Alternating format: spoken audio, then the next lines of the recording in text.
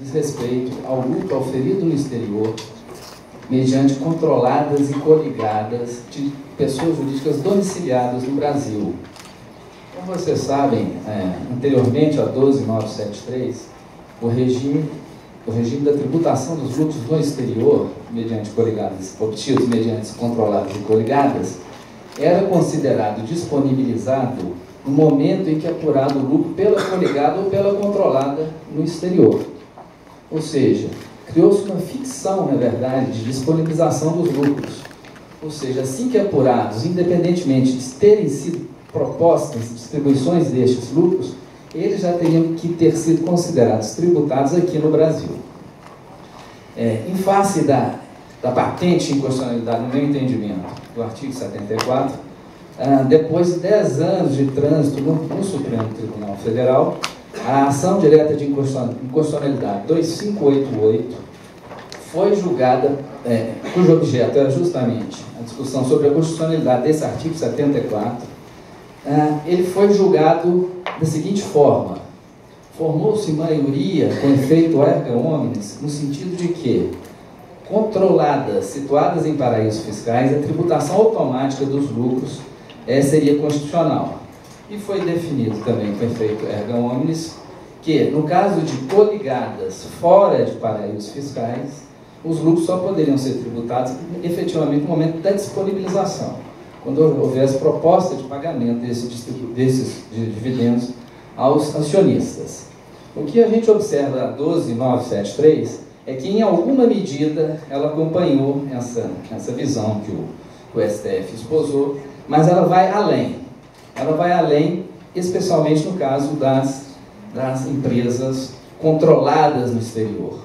Porque, segundo o atual regime, essas empresas controladas terão seus lucros tributados aqui no Brasil, antes mesmo da distribuição para a pessoa jurídica domiciliada no Brasil, independentemente de haver realmente a efetiva distribuição. O que a lei veio permitir é que, no caso de empresas controladas, sejam consolidados os resultados positivos e negativos obtidos com essas participações incontroladas no exterior. No que diz respeito às coligadas, a lei estabeleceu que somente no momento da disponibilização. Contudo, se elas estiverem situadas em paraísos fiscais, será no momento que for apurado em balanço. A Lei 12.973, na verdade, ela veio também criar uma nova forma de registro contábil dos resultados das participações no exterior.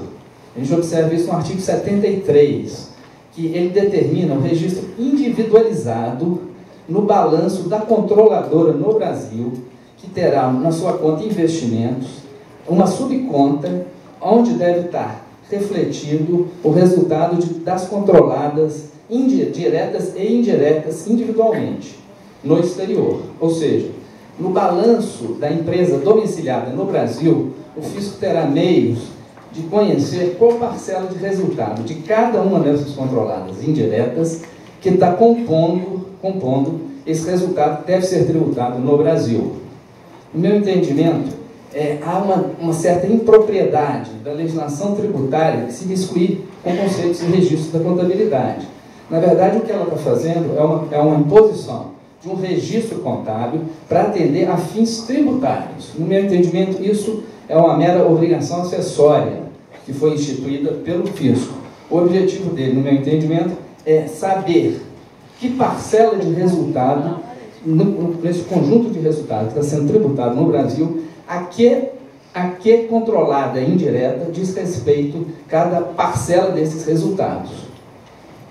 É importante enfatizar também que esse mesmo artigo 73, ele manda eliminar o resultado de participações societárias entre si, ou seja, dos resultados das controladas e coligadas no exterior, não deverão constar os resultados de outra pessoa jurídica auferidos por ela, sobre a qual a pessoa jurídica domiciliada no Brasil tenha o controle direto ou indireto.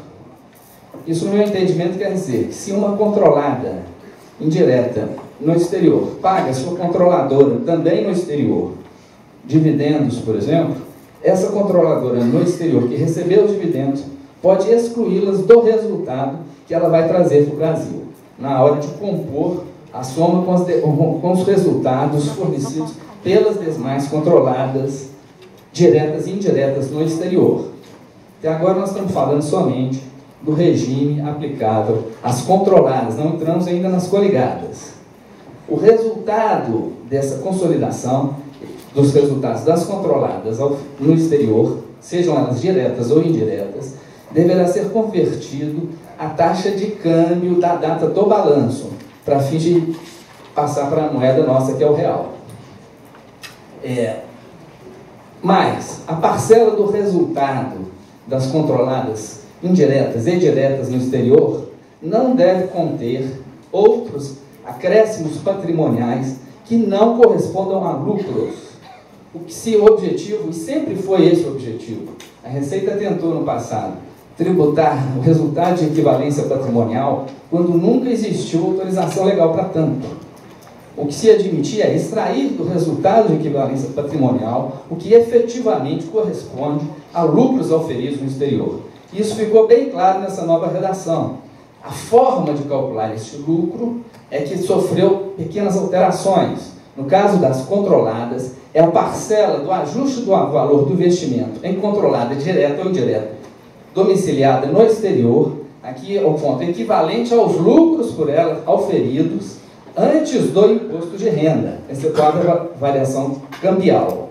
Esse valor ele deverá ser adicionado à base de cálculo do lucro, à base de cálculo do imposto de renda e da contribuição social sobre o lucro no Brasil. Significa isso, quer significar, inclusive, que, no caso da empresa domiciliada no Brasil, apresentar prejuízo fiscal, esse prejuízo fiscal poderá ser consumido em parte com eventuais resultados positivos trazidos para o Brasil no momento de tributá-los aqui. Resultados positivos oferidos, gerados fora e trazidos para o Brasil. Então vocês vejam bem que no regime das controladas, o lucro será tributado em qualquer situação, independentemente de distribuição. A consolidação é que se restringirá a alguns casos. Isso vale tanto para vale tanto para o regime das controladoras, quanto para o regime daquelas empresas equiparadas a controladoras, que são aquelas que, junto com uma outra coligada, detém mais de 50% da empresa investida. Terão o mesmo regime das controladoras. E a lei vem e estabelece no artigo 83 quais seriam essas pessoas vinculadas. A consolidação, que a gente chama de consolidação horizontal das controladas diretas e indiretas, a princípio ela só vai poder ocorrer até o ano calendário de 2022. Esperamos que nesse meio tempo a legislação de alguma forma seja modificada, porque realmente não tem sentido você só trazer resultados positivos para o Brasil e não trazer os prejuízos que foram incorridos fora. Ciência de que o fato gerador do imposto de renda e da contribuição social é um acréscimo patrimonial. Embora possa haver casos em que a consolidação, quando eu olho mais de um ano, vários anos, pode haver casos, situações específicas, que a carga tributária seja até maior do que se não houvesse a consolidação. Mas, enfim, a regra, em tese, que deve ser aceita, é que admite também a compensação dos prejuízos oferidos fora. Porque, do contrário, a gente estaríamos tributando algo que não é renda. No caso das controladas, diretas e indiretas no exterior, e as equiparadas, o resultado positivo, como eu disse, deve ser adicionado à base de cálculo do imposto de renda e da CSLL. E o resultado negativo tem que ser informado para a Receita, inclusive as parcelas remanescentes de prejuízos, a quem compete, a qual controlada compete cada uma dessas parcelas, e poderão ser compensadas no exterior com lucros futuros provenientes dessas participações societárias no exterior. Os requisitos legais para que haja consolidação, primeiro, como eu já disse en passant, é que a controlada não esteja situada em país com tributação favorecida, não pode ser beneficiária de regime fiscal privilegiado, não submetida a regime de tributação, de subtributação, que é aquele que tributa a alíquota mínima inferior a 20%, a alíquota nominal inferior a 20%. Ela não pode ser controlada direta ou indireta de pessoa jurídica enquadrada nessas três hipóteses que eu disse antes, ou seja, que estejam situados em paraísos fiscais ou em regimes fiscais privilegiados, como, por exemplo, que dê tratamento mais benéfico para não residentes, não tribute a renda ou tribute a um valor inferior a 20%, ou que garanta sigilo de informações relativo à composição societária, operações econômicas. Esses tipos de pessoas jurídicas estão dispostos, os paraísos fiscais, nas INs 1037 de 2010, que sofreu uma recente alteração em 18 de junho de 2014, pela Instrução Normativa 1474. Ou seja, aqui nós temos a lista da Receita Federal do que ela considera paraísos fiscais e regimes privilegiados de tributação. Um outro requisito que inviabiliza a consolidação é se a renda ativa própria for inferior a 80% da renda total gerada por essas participações. A renda ativa é aquela que decorre diretamente da exploração econômica do negócio. E também está definido, a própria lei 12.973 define o que são rendas passivas e o que são rendas ativas. Então, requisito para consolidação é que as rendas ativas sejam superiores a 80% das rendas totais. As rendas passivas são aquelas decorrentes, por exemplo, de aluguéis, royalties, ganho de capital, que não sejam atreladas diretamente ao objeto da atividade daquela empresa situada no exterior. Um outro requisito para a consolidação é que haja acordo de troca de informações entre o Brasil e a jurisdição em que tiver a empresa controlada ou coligada.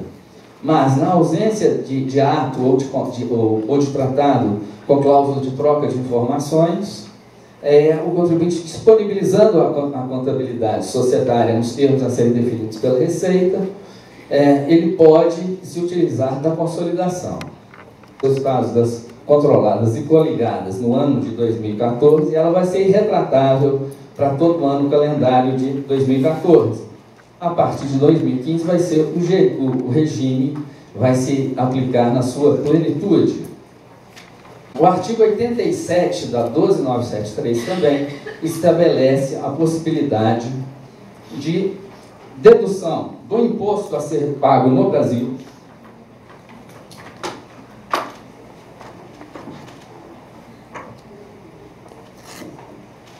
pode ser deduzido o imposto ser pago no Brasil, os valores pagos no exterior em relação àquelas parcelas das participações, de cada participação societária que esteja sendo oferecida à tributação. Ou seja, o imposto pago no exterior pode ser compensado com o imposto que vai ser apurado no Brasil, mas até o limite do que seria devido no Brasil. O excesso fica perdido. Inclusive, também, no caso de controladas diretas e indiretas, o imposto retido na fonte também pode ser considerado, juntamente com os pagamentos feitos no exterior, como crédito do imposto a ser deduzido da apuração do imposto no Brasil.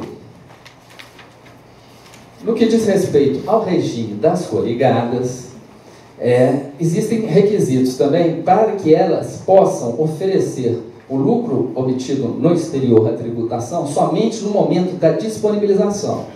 Se essas regras não forem atendidas, o efeito jurídico é que esses resultados apurados em balanço no exterior, assim que apurados, deverão ser tributados no Brasil. As condições parecem com as mesmas condições para consolidação, no caso de empresas controladas no exterior. No caso das coligadas, só não temos o requisito que a renda ativa seja superior a 80% da renda total. Mas país em paraíso, alguma participação societária detida em jurisdições consideradas paraísos fiscais ou que tem algum tipo de regime privilegiado serão obrigados a reconhecer o lucro no Brasil assim que apurados no exterior.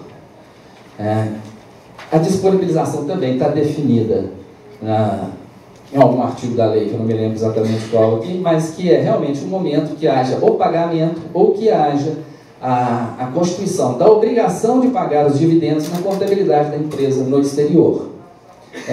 E aí, como medidas antielisivas, também são hipóteses de disponibilização a operação de mútuo, se a mutuante coligada no Brasil possuir lucros ou reservas de lucros. E também adiantamento feito pela coligada por venda futura, cuja liquidação se dê em prazo superior ao ciclo de produção do bem e do serviço, também é considerado uma forma de disponibilização. São formas de evitar uma disponibilização por outras vias que não efetivamente pelo pagamento dos dividendos. Descumprido algum desses requisitos que eu tinha apresentado antes, as coligadas terão que trazer para a tributação no Brasil assim que apurados os lucros no exterior. Por outro lado, se a coligada tiver apurado prejuízo fiscal, ela também só vai poder compensar com lucros futuros dela própria no exterior. No caso da coligada, também existe a possibilidade de um crédito de imposto de renda na fonte no momento da remessa para o Brasil, mas desde que a empresa não esteja enquadrada nos óbices do artigo 81, que são justamente aqueles relativos a paraíso fiscal e regime fiscais privilegiados. Hipótese que não haverá qualquer crédito de imposto de renda.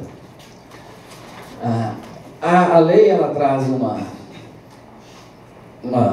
não é propriamente uma benesse, mas ela permite um pagamento diferido nos seus artigos 90 e 91, no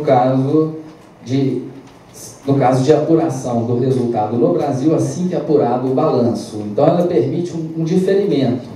Em 8 anos, até o 8º ano, esse lucro tem que estar todo tributado no Brasil. Na medida provisória, na medida provisória 627, que foi convertida nessa lei, esse dispositivo era um pouco diferente, porque ele exigia que fosse computada como se houvesse uma distribuição mínima de 12,50%. Aliás, a MP previa 25%, uma presunção de distribuição no primeiro ano de 25%, e nos anos seguintes, a lei 12.973 diminuiu esse valor para 12%. No primeiro ano eu tenho que considerar 12,5% daquele valor do lucro, como se ele já tivesse sido realmente disponibilizado, e posso tributar só esse percentual. Ao longo dos anos subsequentes, eu posso, na mesma proporção da distribuição dos lucros, eu posso ir considerando, vou pagando o tributo sobre aquele lucro apurado em balanço, sendo que no 8º ano tem que haver o pagamento total. E esse pagamento, esse diferimento de pagamento para as controladas no exterior, ou coligada que deixou de ser considerada coligada, que a gente chama coligada impura. Aliás, nesse caso não se aproveita a coligada impura, só para a controlada mesmo. São os mesmos requisitos do diferimento, ou seja, se tiver em regime de subtributação, regime fiscal privilegiado, não é possível também esse diferimento. Então, o que a gente observa de uma certa singularidade do regime brasileiro atual com os demais regimes é que, no nosso caso, não tem choro. Tributa-se todo o lucro auferido no exterior, seja rendas passivas, seja rendas ativas. Os critérios, no caso de obtido por meio de controladas, esse lucro, como eu disse para você, considera-se apropriado no Brasil assim que ele é apurado no exterior. Sem dúvida alguma, esse regime traz algum benefício em relação ao regime anterior, mas de forma alguma ele atrai investimentos para o país e muito menos estimula o investidor brasileiro a se internacionalizar, ao contrário do que ocorre com o mundo desenvolvido.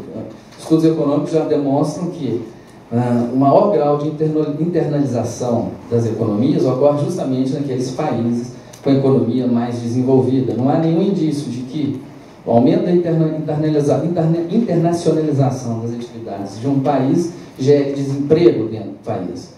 A impressão que se tem é que se essa norma 12973 ela é uma norma antilesiva, ela vai ser uma norma extremamente genérica, incompatível com o nosso sistema, pois ela partiria do pressuposto que sempre que eu estou investindo meu capital em uma controlada no exterior, eu estaria tentando fugir da tributação no Brasil, o que é um absurdo. É uma norma realmente em branco para desconsiderar, para tentar tributar artificialmente resultados obtidos fora, desestimulando a internacionalização das empresas brasileiras e desestimulando empresas estrangeiras a constituírem empresas no Brasil também. No meu entendimento, em relação aos tratados internacionais, nada mudou com a edição dessa medida. O fato de haver o registro individualizado do resultado de cada participação diretamente no balanço da controladora do Brasil, repito, no meu entendimento, isso é uma norma meramente uma obrigação acessória. Isso de forma alguma autoriza-se a tributar no Brasil, pessoas jurídicas indiretas, em relação às quais as suas controladoras também no Brasil estejam em jurisdição que haja tratado contra a bitributação.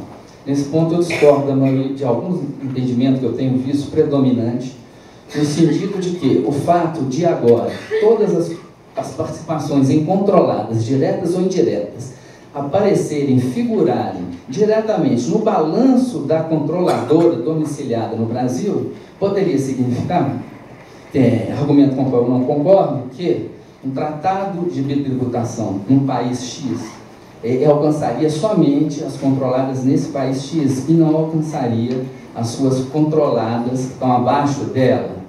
Na verdade, se pensarmos dessa forma, faltará um elemento de conexão entre os rendimentos oferidos no exterior e a capacidade desses rendimentos serem alcançados pelo Brasil. Porque, na verdade, o método da equivalência patrimonial ele continua como era antes. A forma de apurar o lucro é que mudou. A forma de eu depurar dentro daquele resultado de equivalência patrimonial o que são lucros efetivamente é que mudou. Ou seja, a exigência de eu apresentar no balanço da domiciliada no Brasil, da controladora domiciliada no Brasil, do resultado apurado em cada um dos investimentos por si só, com base simplesmente na lei, no meu entendimento, não altera, não é capaz de afastar os acordos contra a bitributação. Ao contrário do que eu tenho visto ser propugnado por aí. Mas, de toda forma, a intenção realmente da Receita é ter uma visão mais transparente, porque determinados grupos eles se organizam de forma tal que há uma multiplicidade de empresas investidas. E o que esse registro individualizado no balanço vai permitir é o conhecimento pelo fisco do resultado efetivamente das rendas ativas geradas por cada uma dessas controladas diretas e indiretas. Comparando o nosso sistema com o de outros países, realmente chega a beirar o absurdo. Ou seja, houve uma certa amenização da tributação dos lucros no exterior, mas não ao ponto suficiente para resguardar os direitos constitucionalmente garantidos aos contribuintes no Brasil. Obrigado.